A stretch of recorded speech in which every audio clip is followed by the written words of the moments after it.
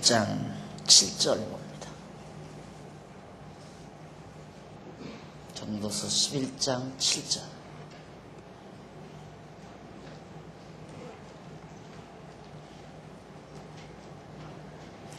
빛은 실로 아름다운 것이라. 눈으로 해를 보는 것이 즐거운 일이로다. 사람이 여러 해를 살면 항상 즐거워할지로다. 그러나 캄캄한 날이 많으리니 그날을 생각할지로다. 장래일은 다 헛되니라.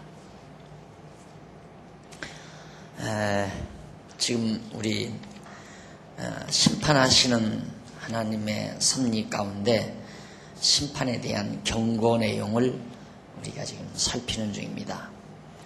하나님께서 심판에 대한 경고를 하는 가운데 비유를 들려 씨를 뿌리고 즐거워하며 불행을 생각하는 이유에 대해서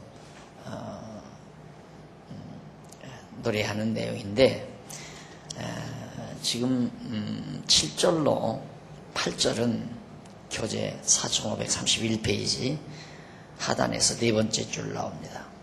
7절로 8절은 솔로몬이 해를 보며 사는 동안 항상 즐거워하지만 항상 불행을 생각하는 이유에 대해서 노래를 해요.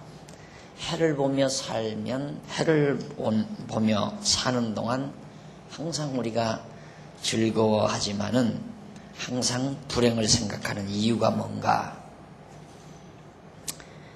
솔로몬은 빛이 실로 아름다운 것이라고. 빛은 참 아름다운 것이다. 7절에 나오죠. 빛은 실로 아름다운 것이라. 그러면서 눈으로 해를 보는 것이 즐거운 일이라고 그렇게 노래를 합니다. 이 말은 뭐 그렇게 사람이 그 7절에 빛은 실로 아름답다. 눈으로 해를 보는 것이 즐겁다. 왜? 그게 무슨 뜻이냐면 해가 이렇게 밝게 뜬다는 얘기는 홍수나 폭풍 이런 재난 같은 것이 없이 환하게 개인 날 태양이 밝게 비치는 것이 참으로 즐거운 일이다. 바람이 불고 먹구름이 끼고 폭우가 내리고 이런 것은 재난이죠. 그리고 사람이 여러 해를 살면 항상 즐거워한다고 하면서 캄캄한 날이 많을 것이므로 그날을 생각할 것이라며 장래일은 다 헛되다고 이렇게 노래합니다. 이 말은 무슨 뜻이냐면 태양이 비치면 즐거운 이유가, 왜 태양이 환하게 비치면 즐거운가? 항상 풍성하게 산다. 태양이 환하게 비쳐서 맑은 날이 많으면 곡식이 잘 되잖아요. 그래서 풍성하게 삶으로 모든 사람이 즐거워하기 때문인데, 그러나 항상 불행을 생각하는 까닭은 풍성하게 사는 것이 모두 공허함으로 다가오기 때문에 바로 불행을 생각하게 된다. 풍요를 누리고 영화를 누리고 그렇게 살면 그런 사람들이 뭐가 불안하냐면 이러다가 또 재난이 오면 어떡하나 이런 생각도 있고, 또 해 아래서 그렇게 사는 것이 안 살면, 그렇게 풍요롭게 못 살아보면 정말 한번 살아봤으면 좋겠다 이렇게 생각을 하지만은 막상 풍요롭게 살아보면 별것 아니라는 것 알게 되죠. 우리 그러잖아요. 아마 좋은 집 짓고 한번 가 살면 여한이 없겠다 해도 집 짓고 몇 년만 지나면 또 아마 권태스럽다고 그러잖아요. 그런 것들 때문에 인간은 아무리 풍요롭게 살아도 늘 불행을 생각하게 된다. 불행한 사실을 생각하게 된다. 그래서 홍수나 폭풍과 같은 극심한 재난 없이 날씨가 맑으면 사람들이 좋아하는 이유는 풍년이 들어서 항상 풍성하게 살기 때문에 풍성하게 사는 것을 즐거워한다. 이 모든 것도 공허한 것으로 느껴지므로 불행하게 생각한다는 뜻입니다. 그러니까 솔로몬은 그 말이에요. 왜 정말 일기가 좋아서 곡식을 많이 거두고 풍성해지는데도 사람들은 왜 불행한 생각을 가지게 되나, 그런 얘기입니다. 그러면서 결국 솔로몬은 열심히 일해서 풍요로움 속에 즐거움을 누리며 살면서도 하나님의 심판이 있다는 생각, 이러한 사실을 생각하며 살아야 한다는 것을 노래하는 겁니다. 이게 그냥 세상 쾌락에 젖어서 그냥 풍요롭게 영화를 누리고 부귀영화를 누리고 살면 그게 단줄로 사람들이 알지만, 그러나 그게 아니다.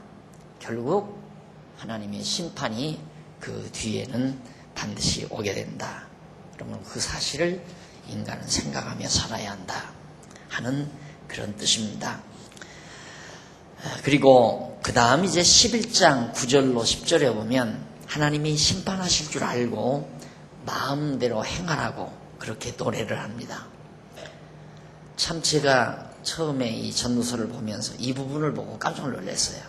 이 부분을 보면서 청년이여, 네 어릴 때를 즐거워하며 네 청년의 날을 마음에 기뻐하여 마음에 원하는 길과 내 눈이 보는 대로 쫓아 행하라. 그러나 하나님이 이 모든 일로 인하여 너를 심판하실 줄 알라. 그런즉 근심으로 내 마음에서 떠나게 하며 악으로 네 몸에서 물러가게 하라. 어릴 때와 청년의 때가 다 헛되니라. 예, 나이가 드신 분들은 풍요롭게 살면 다 한 것 같고, 또 젊은 사람들은 정말 젊음을 즐기면 가장 행복할 거라고 우리가 생각을 하잖아요. 그래서 솔로몬은 청년, 젊은 날 아들에게도 얘기하는 겁니다. 너 젊은 날 방껏 내 눈으로 보는 대로, 내 마음에 원하는 대로 그냥 실컷 해봐라 이 말이에요. 마음껏 해봐라. 그러나 그렇게 하고 나면 이 모든 일, 네가 이 땅에서 살고 있는 모든 일에 관해서 하나님은 일일이 심판을 하신다. 여기서 심판한다는 말은 하나님께서 전부 그 모든 걸 감찰하시고 하나님께서 주관하시면서 그 일에 대해서 하나님이 관심을 가지신다라는 그런 뜻이죠. 그런즉 하나님이 그렇게 심판을 하시기 때문에 그런즉 근심으로 내 마음에서 떠나게 하며, 그러니까 결국 젊은 날 젊은이가 조심 없이 그냥 자기 마음 원하는 대로 소원대로 마구 행동하며 살면 하나님의 심판이 있다는 사실을 알 때에는 근심하고 염려가 오잖아요. 이러다가 하나님의 심판대 앞에서 내가 정말 고통을 당하면 어떡하나. 자, 이런 근심으로 내 마음에서 떠나게 하며 악으로 내 몸에서 물러가게 하라. 예. 앞에서는 내 마음대로 살아라 그래요. 너 하고 싶은 대로 한번 다 해봐라. 그러나 하나님의 심판이 있다는 사실을 알고 해라. 그러면서 근심, 무엇 때문에 근심하고 내 마음속에 그렇게 악을, 하나님 원하는 기뻐하시는 뜻대로 사는 게 아니라 자기 좋아하는 대로 사는 거거든요. 그게 악이란 말입니다. 그러니까 하나님 기뻐하시는 뜻대로 살지 않고 자기 좋은 대로 살게 되면 결국 하나님의 심판이 있다는 사실을 알게 되니까 근심하게 되고 두려움과 공포가 밀려오고 그런다 이 말이죠. 그러니까 차라리 그럴 바에는 네 마음의 근심이 없게 살아라. 뭐 때문에 근심하며 사느냐? 마음에서 다 근심이 떠나고 악이 내 몸에서 물러가게 해서 어릴 때와 청년의 때 그 암만 내가 젊음을 즐겨왔댔자 그 모든 것도 다 헛것이다. 제가 이 젊은이들을 가만히 보니까요, 고등학교 막 졸업하고 대학에 가면 대학에 막 들어가서 하는 짓이 우선 청바지 찢어서 입어요. 무릎도 찢고 막 정말 마시고 그리고 머리에 물도 드리고 그게 이제 표시가 나요. 그러니까 젊음을 마음껏 한번 만끽하고자 하는 생각이죠. 그런데 그게 이제 몇 달이면 끝나요. 안 그러면 한 1년이면 끝나. 그 다음에는 하라고도 안 해요. 왜? 조금 철이 들고 나니까 그게 다 부질없는 짓이라는 게 알게 되니까. 그러니까 젊은 날 젊음을 마음껏 즐기는 거 그거 다 부질없는 일이다. 결국 여호와 하나님 경외하지 않고 사는 것은 하나님의 심판이 있을 뿐이고 하나님의 뜻을 따르지 아니하고 자기 욕망대로 자기 쾌락을 즐기며 사는 것은 인간이 모두가 다 그간에 좀 돈 좀 써보고 살았으면 좋겠다. 먹고 싶은 것이 다 먹고 살았으면 좋겠다. 그 소원은 거의 다 풀어졌잖아요. 지금은 뭐 없어서 못 먹는 게 아니라 안 믿겨서 못 먹죠. 실컷 먹어보니까 별것 아니잖아요. 먹어보니까 당연히 소화시키느라고 힘만 들고 또 체중만 늘어서 또 그거 관리하기 힘들고 조금만 걸어도 숨이 차고 실컷 먹어보니까 뭐나 다 그래요. 좋은 옷 좀 실컷 입어봤으면 좋겠다. 또 좋은 집에서 좀 실컷 살아봤으면 좋겠다. 조금 살고 나면 다 그저 그렇고 그렇다는 사실을 깨닫게 되죠. 그래서 바로 어른들은 풍요롭게 살아도 근심이 늘 따라오게 되고 젊은이들은 자기 소원대로 살아도 늘 마음에 공포와 두려움이 있기 마련이다 이 얘기죠. 왜? 하나님의 심판이 있기 때문에 이 사실을 항상 기억하고 살아라. 하나님을 의식하고 살아라 이 얘기죠. 그러면서 이제 12장 1절로 8절 넘어가 보면 늙음과 재앙과 죽음, 그러니까 1절로 8절에 보면 12장 늙음과 재앙과 죽음 전에 뭘? 창조자를 기억하라고 노래를 합니다. 이게 심판을 면하는 중요한 일이죠. 늙기 전에, 재앙이 임하기 전에, 죽기 전에 창조자를 잊어버리지 말고 기억해라 이 말이죠. 1절, 2절, 1절, 2절 보면 창조자를 기억하라면서 그 시기에 대해서 노래를 합니다. 솔로몬은 너는 청년의 때 곧 곤고한 날이 이르기 전 나는 아무나기 없다고 할 해가 가깝기 전에 너의 창조자를 기억하라고 노래를 합니다. 여기서 청년의 때는 곤고한 날이 이르기 전이라는 얘기입니다. 예, 청년의 때가 지나면 곤고함이 몰려오게 돼 있어요. 청년은 젊은 때가 젊음이 사라져버리면 자연히 늙음이 오잖아요. 늙음이 온다는 것은 곤고함이 찾아온다는 얘기입니다. 그래서 청년의 때는 곧 곤고한 날이 이르기 이전을 말하는데 그 이전 곤고한 날이 이르기 이전뿐만 아니라 아무나기 없다고 할 해. 아무나기 낙이 없어요. 그러니까 나이가 들어서 웃음이 사라져버리면 참 서글픈 겁니다. 그래서 억지로 웃게 하려고 만담도 하고 여러 가지 우스개 이야기들을 내뱉고하게 되지는데 나이가 들면 자연스럽게 웃음이 사라져요. 젊다는 것은 뭐냐면 그런 말이잖아요. 소똥이 굴러가는 것만 봐도 깔깔대고 웃는다. 그게 바로 처녀 시절 참 피어나는 때 그때는 웃음이 해프입니다. 뭐 별것도 아닌데도 그냥 자지러지게 웃습니다. 그런데 나이가 점점 들어가면서 웃음이 사라져버려요. 침묵이 흐르고 그런 날이 이르기 전에 창조자를 기억해라 그 말이죠. 젊은 날 여호와 하나님 기억해라 이 말이에요. 너 젊은 날에 내 마음대로 너 보는 대로 내 마음에 원하는 대로 그렇게 살아가지 말고 창조주 하나님을 기억하고 살아라 하는 얘기입니다. 그러므로 사람이 늦기 전 청년 시기에 창조주 하나님을 깨달아 경외해야 한다는 뜻으로 노래한 건데 그리고 해와 달과 별, 해와 빛과 달과 별들이 어둡기 전에 빛 위에 구름이 다시 일어나기 전에 그렇게 하라고 노래하죠. 여기서 해와 빛과 달과 별들이 어둡기 전이라는 말은 하나님께서 심판하실 날이 이르기 전을 의미합니다. 그러니까 햇빛이 해가 어두워지고 빛이 어두워 캄캄하고 별들이 다 떨어지고 마태복음 24장에 보면 예수님 오실 때 바로 그런 모습이 나타나죠. 그러니까 이렇게 해와 빛과 달과 별들이 어둡기 전이라는 말은 하나님의 심판의 날이 오기 전에 그런 얘기죠. 그럼 빛 위에 구름이 다시 일어나기 전이라는 말은 재앙이 거듭 임하기 전을 의미합니다. 빛 뒤에 구름이 다시 일어나기. 비가 왔는데 또 구름이 또 일어나요. 요즘 이제 호남 지방에 눈이 폭설이 왔는데 그만 또 폭설이 오잖아요. 재앙이 거듭되는 거죠. 비 온 다음에 거듭 또 먹구름이 일어나는 것. 그러기 전에 하나님을 기억해라 하는 얘기입니다.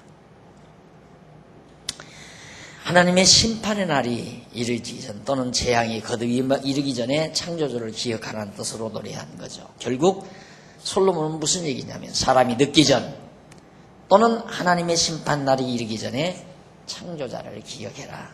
젊은 날 하나님을 경외하고 산다는 것이 참 행복한 거죠. 젊은 날.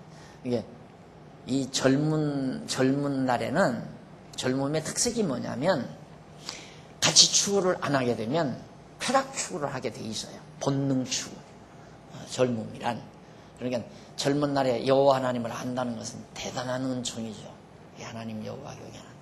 우리 교회 어느 젊은이가 그런 얘기를 했다고 그러는데 너 금년에도 집사할 거냐 그러니까 그러면 내가 사는 의미가 그거 아니에요? 그러고 대답했다고 그래요. 어느 집사님 아들이 그 얘기를 듣고 가만히 보니까 그게 우리 교회 초등부 출신이 초등부 출신. 초등부 유년부 초등부 거쳐서 그 다음 중등부 고등부 거쳐 대학부 나와가지고 직장 다니면서 아직 총각인데 집사를 한단 말입니다. 그러니까 어머니가 너 올해도 집사할 거냐 그러니까 그게 사는 목적이 그러면 사는 목적이 그거 아니에요? 그러고 대답했다고 그래요. 그렇게 젊지만 아직 젊은 날이지만 내가 왜 살아야 되는가? 그것이 바로 여호와 하나님 경외하기 위해서 산다. 그게 이제 어려서부터 배워왔기 때문에 대학에 가서 공부해봐도 그런 얘기는 없잖아요. 사람은 뭘 위해 살아야 된다. 결국 공부라는 게 다 그거예요. 공부 잘해서 좋은 직장 가서 돈 많이 벌고서 좋은 집 짓고 돈 잘 쓰고 좋은 옷 입고 좋은 것 먹으며 사는 거 그거 위에 아무것도 없거든요. 그런데 뭔가 사람이 사는 이유, 목적 이런 것들을 바로 어려서부터 배우기 때문에 총각이 이제 막 새내기 사회인이 정말 하나님 경외하며 사는 교회를 섬기는 집사의 일이 사는 목적이 아닙니까? 라는 대답은 참으로 의미심장한 말이죠. 그래서 젊은 날 그렇게 뚜렷하게 하나님 중심으로 목표를 정하고 산다는 것은 매우 정말 복된 일입니다. 그래서 솔로몬은 젊은이들아 죽기 전에 그리고 환난이 오기 전에 여호와 하나님 기억하고 경외해라 그런 얘기죠. 그러면서 3절로 5절 보면 3절로 5절 여기 보면 하나님의 심판날 곧 재앙이 임하는 날 상황에 대해서 노래를 해요. 하나님의 심판이 임하는 날 어떤 상황이 벌어지는가. 3절 초도에 보면 그런 날에는 그 말이 나와요. 그런 날에는 이라고 나오는데 이는 2절에 언급한 하나님의 심판의 날, 재앙의 날을 말하는 겁니다. 솔로몬은 그런 하나님의 심판과 재앙이 임하는 날에는 집을 지키는 자들이 떨 것이라고 했는데 이는 왕이 거하는 궁전을 지켰던 군대들이 두려워 떤다는 뜻으로 노래한 겁니다. 여기서 집은 궁전, 왕의 궁전을 뜻하는 거예요. 집이라고도 하고 궁전이라고 번역할 수도 있는데 궁전으로 번역하는 것이 앞뒤 문맥상 잘 맞는 말입니다. 그러니까 궁전을 딱 지키는 자, 그러니까 얼마나 힘이 있습니까? 왕을 지키고 있으니까. 그런데 하나님의 심판날에는 그렇게 세도가 당당한 궁전을 지키는 자들도 두려워 떨게 된다, 그런 얘기죠.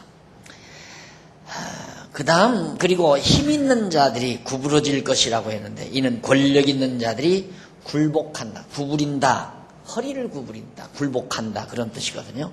힘 있는 자들이 구부러진다는 말은 권력 있는 자들이 굴복한다는 뜻으로, 그리고 맷돌질하는 자들이 적음으로 그칠 것이라고 했는데, 이는 맷돌질하는 노예들이 감소되었기 때문에 일을 그만두었다는 뜻입니다. 그러니까 맷돌질하는 자들이 적음으로 그칠 것이다.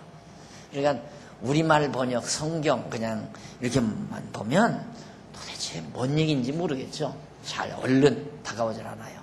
그런데 알고 보면 그렇게 어려운 얘기가 아니에요. 그러니까 왕궁을 지키는 자들, 그런 수의병들, 쇄도가 당당한 수의병들도 하나님의 심판에 떨게 되지고, 그리고 쇄도가 당당한 자들, 왕궁에서 왕과 함께 버금가는 그런 쇄도 있는 자들도 하나님의 심판의 날 두려워 떨게 되고, 또 뿐만 아니라 맷돌질, 옛날에는 맷돌질을 이렇게 해야 끼니를 먹잖아요. 그런데 점점 이제 재앙이 임하니까 맷돌질하는 사람이 없어요. 동마을에 맷돌질 소리가 나질 않는다, 이 말입니다. 왜? 재앙이 임해가지고. 그런 뜻입니다. 그런 노예들이 다 사라진다 는 뜻으로 노래한 겁니다. 그리고 창들로 내려다보는 자가 어두워질 것이라고 했는데, 이는 창문으로 정황을 살피는 자가 숨어버렸다는 뜻으로 노래한 겁니다. 그러니까 그 창문으로 정황, 그러니까 파수병이지, 쉽게 말하면. 이런 창문을 이렇게 열고 정황을 살피는 자가 재앙이 오니까, 재난이 오니까 다 숨어버리고 만다. 길거리 문들이 닫힐 것이며 맷돌 소리가 적어질 것이라고 했는데, 이는 맷돌 소리가 적어짐으로 길거리의 대문들이 폐쇄됐다는 뜻입니다. 그러니까 사람이 전혀 살질 않아요. 성이 적막해져 버리고, 그렇게 정말 재앙이 성곽에 임하게 된다. 새 소리를 인하여 일어날 것이며 음악하는 여자들은 다 쇠하여질 것이라고 했는데, 이는 새들의 노래는 계속되는데 노래하는 여자들은 다 풀이 죽게 된다는 뜻입니다. 새들이야 재난이 와도 아침에 나뭇가지에 날아와서 노래하지만, 술 먹고 장구 치고 노래하는 자들은 다 사라져버리고 만다. 그런 자들은 높은 곳을 두려워할 것이며 길거리에는 놀랄 것이라고 했는데, 이는 높은 곳도 겁나고 길거리도 두렵다는 뜻으로 노래한 겁니다. 그리고 살구나무가 꽃이 필 것이며 메뚜기도 짐이 될 것이라고 했는데, 여기서 살구나무 꽃이 필 것이며 라는 말은 파수꾼이 멸시를 받게 된다는 뜻으로 번역하는 것이 문맥으로 보아 아주 자연스럽습니다. 그러니까 살구나무가 꽃이 필 것이며 아주 전혀 엉뚱한 얘기죠. 그런데 파수꾼이 멸시를 받게 된다, 이 말을 원문에 비추어서 전원맥상 바르게 잡아보면 파수꾼이 멸시를 받는다, 이렇게 번역이 가능합니다. 그리고 솔로몬은 이른 아침 깨우는 파수꾼이 멸시를 받게 되어 힘없는 메뚜기도 부담이 되게 할 것이라는 뜻으로 노래한 겁니다. 그러니까 파수꾼들이 너무너무 힘겹다. 성을 지켜나가는데 메뚜기들마저도 어떻게 감당할 수 없을 정도로 그렇게 무능한 자들이 돼버리고 만다라는 얘기예요. 곧 성을 지키는 파수꾼이 형편없이 되어 미약한 메뚜기도 감당하기 어려울 정도라는 뜻으로 노래한 겁니다. 36페이지 제일 위에 줄. 그리고 원욕이 그치리니 이는 사람이 자기 영원한 집으로 돌아가고 죽은 자들이 거리로 왕래하게 됨이라고 그렇게 노래를 하죠. 다시 말하면 욕망이 없어지는, 원욕이 그친다는 말은 욕망이 다 사라진다는 말입니다. 이는 사람이 죽어서 영원한 집으로 돌아가고 애통하는 자들이 거리로 왕래하게 되기 때문에 때문이라는 뜻으로 노래하게 됩니다. 그러니까 사람들이 많이 죽고 성은 텅텅 비고 황폐해지고 그것이 하나님의 심판날에 있어질 정말 호화찬란했던 성곽의 모습이다 라는 뜻으로 노래한 겁니다. 그 다음 6절로 8절을 보면 생활의 도구가 다 깨지고 죽음에 이르기 전에 창조자를 기억하라고 그래요. 창조자를 언제 기억하는가? 생활 도구가 다 깨서 망가져버리고 죽음에 이르기 전에. 솔로몬은 은줄이 풀리고 금그릇이 깨어지고 항아리가 샘 곁에서 깨어지고 6절에 나오죠. 바퀴가 우물 위에서 깨어진다고 노래합니다. 이는 하나님의 심판날에 은줄로 매달아 사용하는 금그릇이 재앙으로 인해 은줄이 풀어짐으로 깨어지게 된다. 예.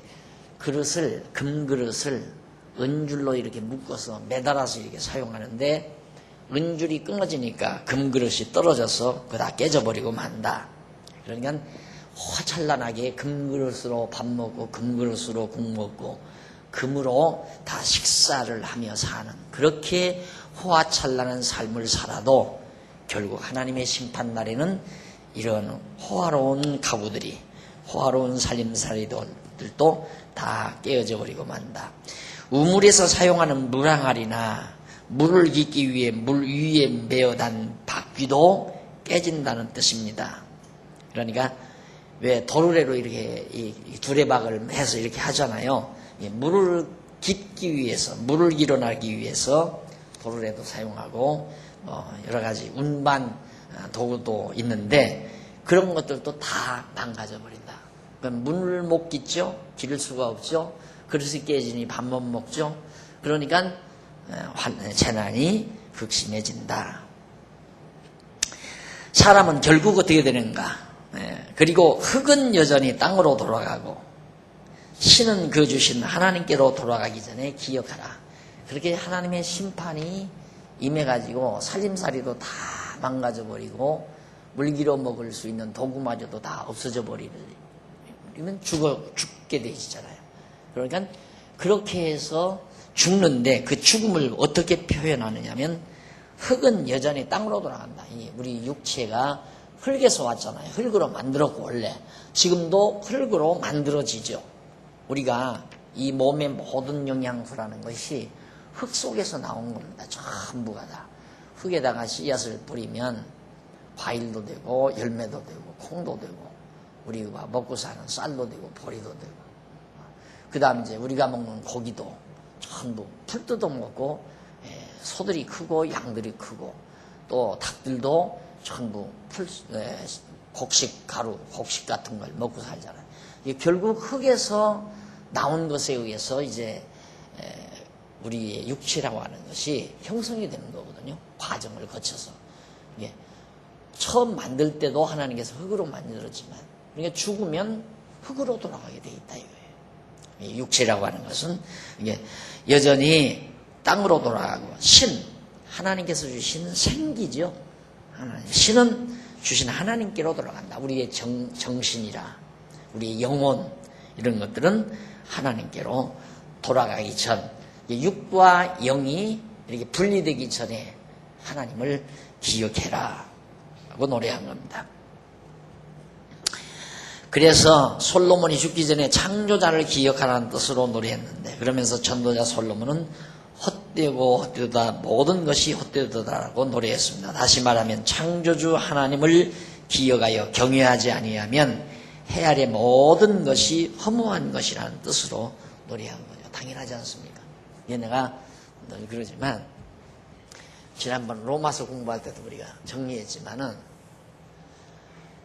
참 기독교 이 세계관, 기독교 우주관, 세계관이라는 것이 얼마나 확실하고 분명한가. 예, 영원. 이게 이제 피조계. 세상이죠. 이 영원한 거예요. 이것이 우리가 표현상 시공세계를 표현하려니까 그림을 이렇게 그린 거지 원래 이 영혼은 이 영혼과 똑같은 거예요. 그리고 이 시간세계라고 하는 것은 내가 늘 강조하지만 이 영혼 끝없는 아주 무한대한 이 영혼과 피조계의 대비를 정하라면 무한대 제로라고 그랬잖아요. 무한대 제로. 그러니까 영혼은 무한대고 거기에 피조계는 아무리 이게 뭐 수천 년, 수만 년이라 할지라도 제로에 불과하다 말입니다. 그러니까 사실은 없는 거지만은 우리 입장에서는 이게 있는 거란 말입니다. 그런데 이 피조계가 어떻게 존재하는가? 어디에서 나오는가? 영원하신 하나님께로부터 나와서 하나님으로 말미암아 존재하게 되고 그리고는 또 다시 하나님께로 돌아간다 그 말이거든요. 모든 것이 하나님께로부터 나와서 하나님으로 말미암고 다시 하나님께로 돌아간다.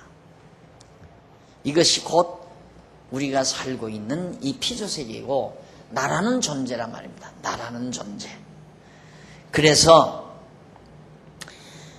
솔로몬은 그 말이에요.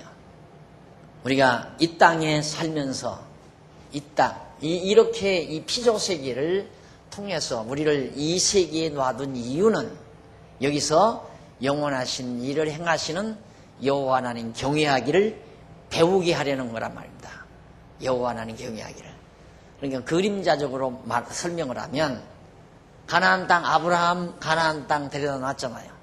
그럼 가나안 땅 데려다 놨는데 왜 애굽으로 가게 해가지고 애굽에서 400년, 광야에서 40년 그 삶을 살게 했다가 다시 가나안 땅에 들어오게 했는가? 그게 바로 여호와 하나님 경외케 하시려는 하나님의 섭리예요. 그냥 아브라함 가나안 땅에 그냥 불러냈으니까 거기서 아들 낳고 딸 낳고 그냥 계속 가나안 땅에 살면 되잖아요. 그런데 가나안 땅에서 애굽으로 가게 만들고 애굽에서 400년 종살이하고 광야에서 40년 방황하게 만들고 그리고는 다시 가나안 땅 자손들이 들어오게 한다 이 말입니다. 그러면 여기서 400년 하고 40년은 무슨 의미인가? 그 의미가 그 시간 세계 400년과 40년의 나그네 생활이죠. 나그네 생활. 가나안 땅을 떠났으니까. 이 시간 세계의 의미가 어디에 있는가? 다른 거 없어요. 여호와 하나님을 깨달아 알고 경외케 하려는 거기에 바로 이 시간 세계의 의미가 있는 겁니다. 마찬가지로 오늘 우리도 어차피 우리들 하나님 안에 영원하신 하나님 안에 우리들이 존재했으면 그냥 영원하신 하나님 안에서 살면 안 좋아요. 얼마나 좋아요. 그런데 왜 하나님은 시간 세계를 만들어서 이 세상에서 이 환난과 역경, 가난, 질병, 전쟁, 재난 이런 것들을 겪으면서 이 시간 세계 속에서 우리들로 하여금 살게 하시는가? 목적은, 의미는 여기에 이 시간 세계에 살면서 여호와 하나님 깨달아 알고 경외케 하는 것을 배우게 하려는 거예요. 거기에 의미가 있는 거예요. 그리고는 우리가 이제 여호와 하나님께로 다시 돌아가는 거죠. 그러니까 솔로몬은 그 말이에요. 죽기 전에 여호와 하나님 경외하지 아니하면 만사가 다 헛되고 어떤 거다. 무엇이든지 헛되지 않은 게 없다. 서두에서도 밝혔죠. 전도서 제1장 1절에서도 거듭 5번이나 헛되다고 얘기하더니만 이제 하나님의 심판이 있다. 창조죠? 창조. 여기 심판이에요.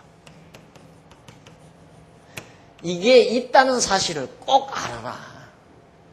하나님 창조하시고 창조한 이 세계를 마지막에 심판하신다. 이걸 알아라. 심판하시는 여호와 하나님 알면 여호와 하나님 경외하게 된다 이 말이죠. 여호와 하나님 경외하지 아니하면 이 땅에서 아무리 풍요를 누리고 권좌를 누리고 왕궁에서 살고 세도를 부리며 살아도 아무런 의미가 없다. 이것이 바로 이 부분에서 지금 솔로몬이 노래한 얘기입니다. 노래한 겁니다. 자, 그 다음 이제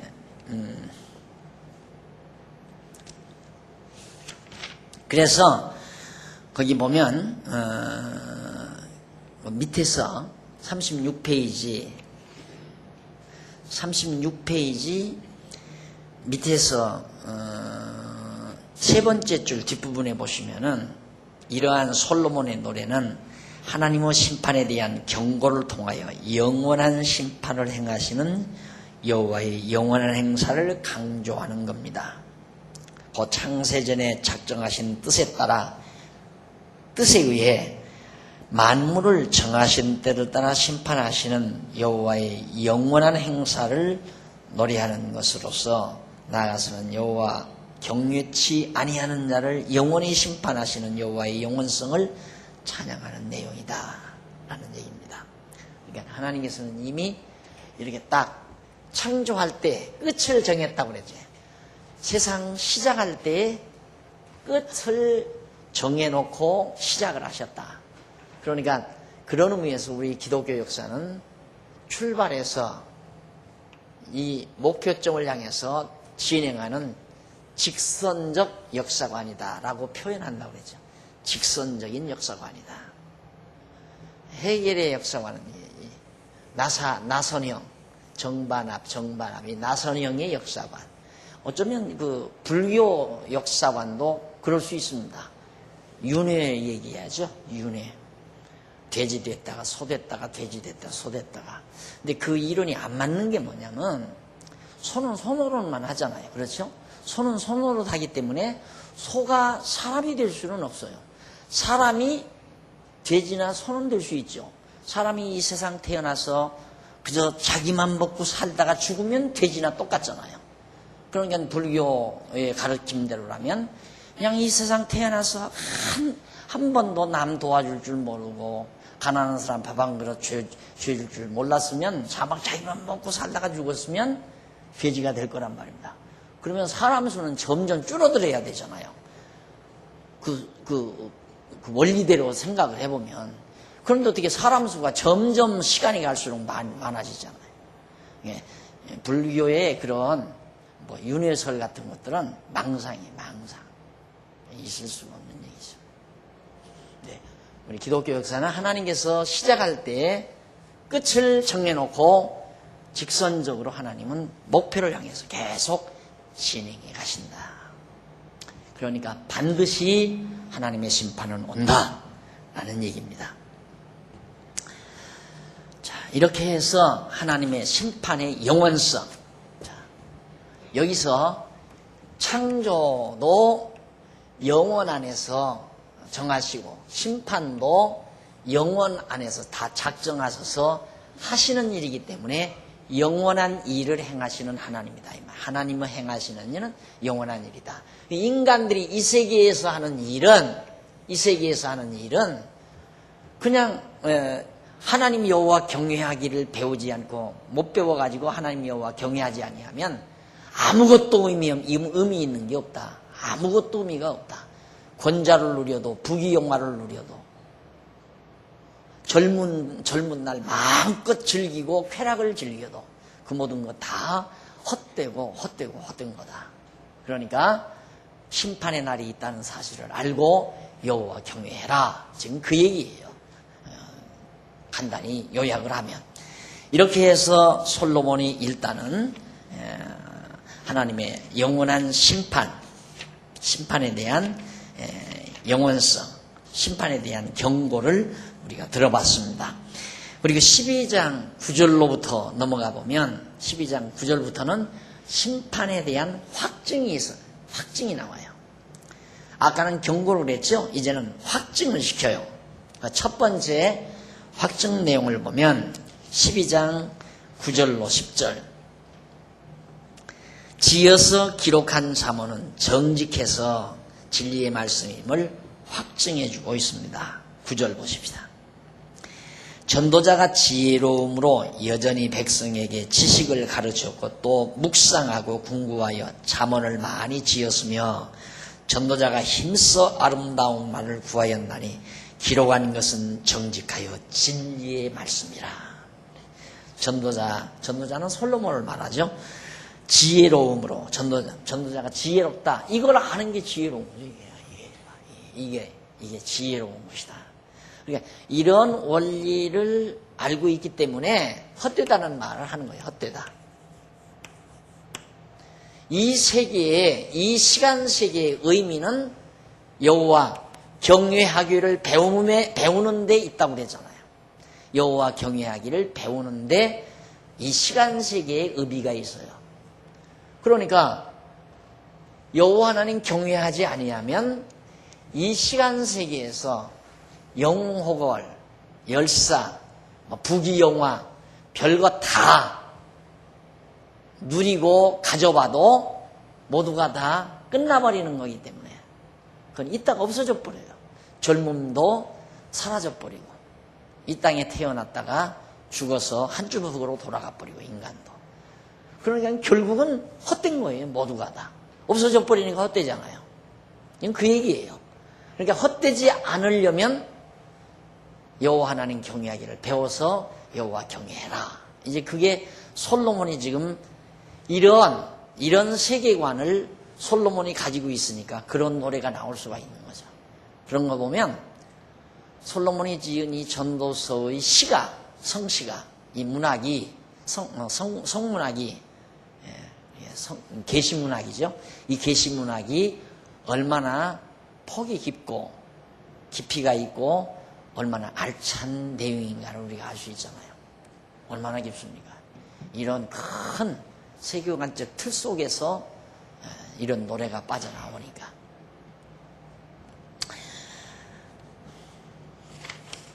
그래서 솔로몬은 내가 이렇게 지혜로움으로 여전히 백성에게 지식을 가르쳤다.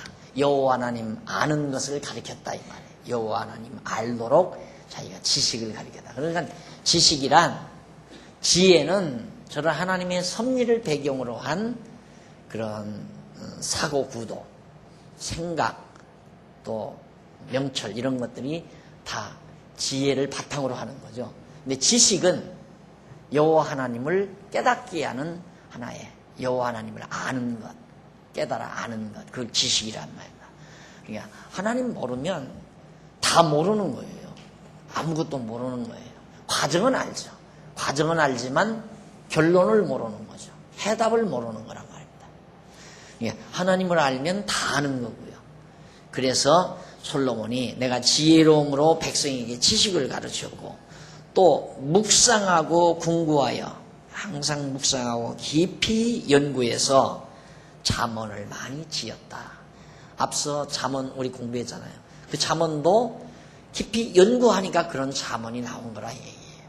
그래서 내가 항상 하는 얘기, 늘 입버릇처럼 하는 얘기지만 내 뒤에 오시는 목사님께서는 나처럼 저렇게 공사 현장에 뛸 게 아니라 이젠 연구실에 앉아서 정말 열심히 깊이 연구해서 정말로 성도들에게 지혜를 바탕으로 한 올바른 지식, 여호와 하나님을 아는 지식을 바르게 똑부러지게 가르쳐주는 그런 임무를 성실히 행할 수 있었으면 하는 것이 간절한 바람이죠.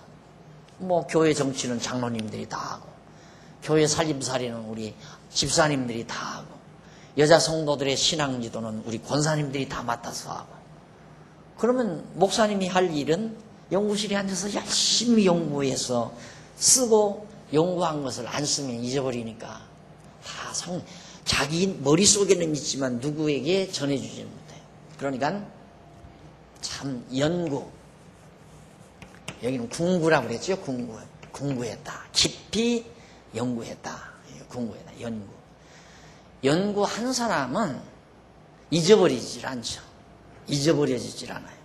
그러니까 머릿속에 다 그 어떤 이 틀이 딱 있어가지고 이 틀에 의해서 쫙쫙 정리되기 때문에 잊어버려질 수가 없어요.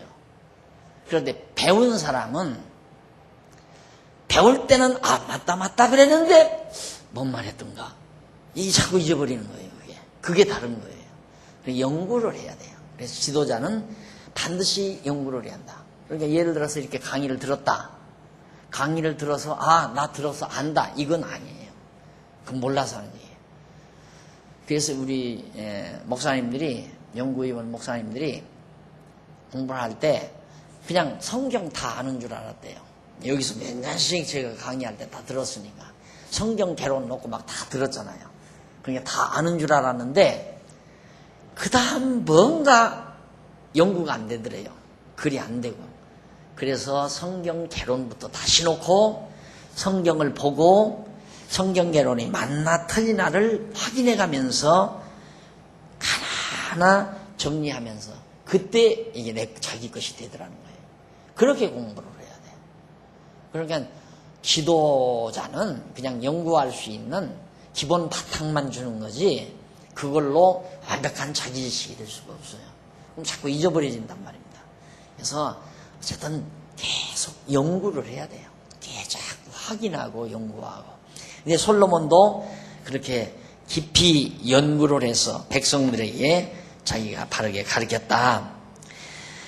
그리고 잠언도, 이 잠언이라는 게 지식의 보고, 지혜의 보고 아니에요? 이 지혜의 보고. 이 잠언이라는 거. 우리 앞에서 공부했지만 이 잠언. 지금 한번 이제 여러분들 집에서 이제 시간 있으면 잠언을 읽어보세요. 기억이 나나 안 나나. 기억나면 참 좋은 얘기죠. 잠언 내용.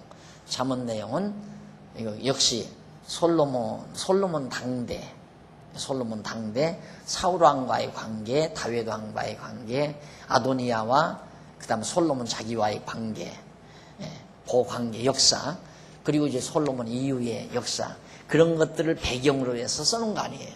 깊이 연구를 해서 전부 이 잠언이 여호와 하나님 경외하기를 배우게 하는 중요한 보고들입니다. 자기가 연구해서 그렇게 백성들에게 자기는 가르쳤다. 그런 얘기예요. 그러면서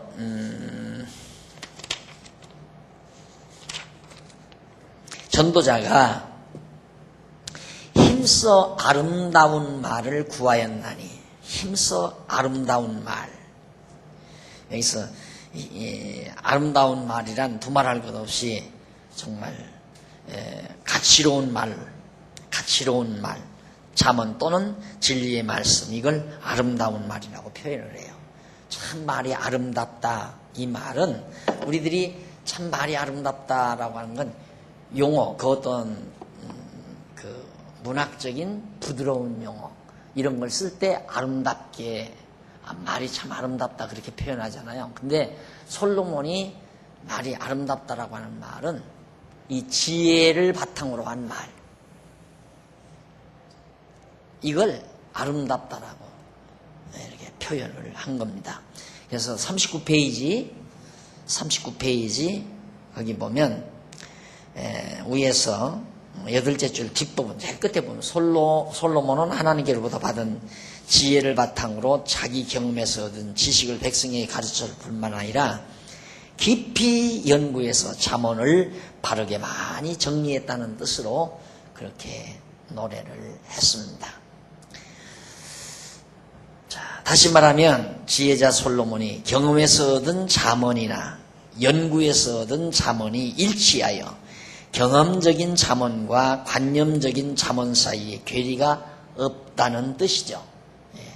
그러니까 이렇게 사람이 생각에서 만들어낸 이론과 실제, 항상 대부분 이제 학자들이 고민하는 것이 이론과 실제가 같으냐 다르냐 이거거든요. 같으냐 다르냐. 근데 이론과 실제가 같을 수가 없어요. 같지 않기 때문에 이제 그게 괴로운 겁니다. 다르다 이 말입니다. 이론과 실제가. 그런데 솔로몬은 자기가 깊이 연구한 내용과 실제로 살면서 경험하는 내용이 똑같다 그 말이에요.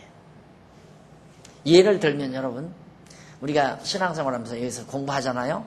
하나님께서 우리에게 소원을 주십니다. 지난 주일에도 내가 강의를 어제 지난 주일도 그랬지만 나도 이 교회 장안중앙교회 집사로서 봉사하고 싶다. 이런 소원이 왔어요. 소원이 왔는데 소원이 와서 서리집사가 됐는데 정말 서리집사 일이 즐겁고 보람을 느낀다. 그건 그 자기가 하고 싶다라고 하는 생각, 그 생각과 실제로 해보니까 즐거운 것이 맞아떨어지는 거죠. 그런데 하고 싶은 마음이 있어서 했는데 하기가 싫다, 하는 게 귀찮다, 이러면 이제 생각한 거하고 실제 생활하고 다른 거다 이 말이죠. 그러니까 진리는 이론과 실제가, 생각, 이 이론은 생각에서 나오잖아요. 실제는 경험에서 나오는 거. 관념. 이게 관념론과 경험론 둘로 쫙 나누죠. 학파가 관념론 학파, 경험론 학파. 학파가 둘로 나누는데 이게 잘못이죠. 관념과 경험은 일치해야 돼요. 경험이 뒷받침하지 아니한, 실제가 뒷받침되지 아니하는 관념은 망상에 불과한 거죠. 망상에. 그래서 솔로몬이 지금 자기가 실제로 연구한 것과 자기가 경험한 것이 아주 너무도 일치하다. 그래서 아무런 괴리가 없다. 그래서 전도자 솔로몬은 스스로가 힘써 아름다운 말을 구하였으므로 기록하는 것은 정직하여 진리의 말씀이다. 자기가 기록한 것은 이건 정말 진리의 말씀이다. 잠언서도 전도서도 다 진리의 말씀이죠.